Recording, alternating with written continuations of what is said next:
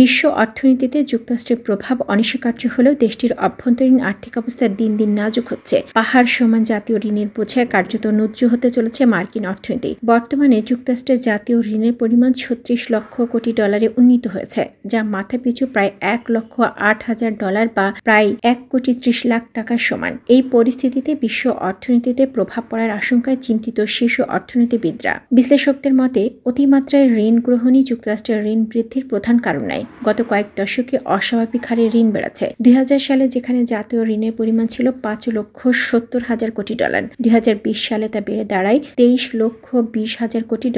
Corona মহামারীর পর অর্থনীতি পুনরুদ্ধারে বিপুল পরিমাণ ঋণ নেওয়া পরিস্থিতিকে আরও জটিল করে তোলে। এরপর প্রতি বছর লাফিয়ে লাফিয়ে বাড়ে ঋণের পরিমাণ। চলতি বছরে মার্কিন প্রশাসন নতুন করে $2 লক্ষ কোটি ঋণ নিয়েছে। ফলে বর্তমানে প্রতি মার্কিন নাগরিকের মাথায় $1,08,000 বা প্রায় ১,৩০,০০,০০০ টাকা ঋণের বোঝা। মার্কিন কেন্দ্রীয় ব্যাংক ফেডারেল রিজার্ভের তথ্য মতে দেশটির ঋণের পরিমাণ বর্তমানে জিডিপির ১২৫% উন্নীত হয়েছে। ভবিষ্যতে এই অনুপাত ২০০% ছাড়িয়ে যেতে পারে বলে আশঙ্কা করা হচ্ছে, যার অর্থ জাতীয় ঋণ দেশটির অর্থনীতির দ্বিগুণ হবে। ঋণের পাহাড়ের সঙ্গে পাল্লা দিয়ে বাড়ছে সুদের পরিমাণও। প্রতিদিন শুধু ঋণের সুদ পরিশোধে যুক্তরাষ্ট্রের ব্যয় $১০০ কোটি উপরে। ২০২৪ সালে এই ব্যয় $1 লক্ষ কোটি ছাড়িয়ে যেতে পারে, যা জাতীয় নিরাপত্তার জন্য বরাদ্দকৃত অর্থের চেয়েও বেশি। ২০২৫ সালের জানুয়ারিতে কার্যভার গ্রহণে নবনির্বাচিত প্রেসিডেন্ট ডোনাল্ড ট্রাম্পের সামনে বৃহত্তম চ্যালেঞ্জ তৈরি হবে এই ঋণের বোঝা হালকা করা। সরকারি খরচ কমানোর লক্ষ্যে ডিপার্টমেন্ট অব গভর্নমেন্ট এফিসিয়েন্সি নামের একটি নতুন মন্ত্রণালয় গঠনের ঘোষণা দিয়েছেন তিনি।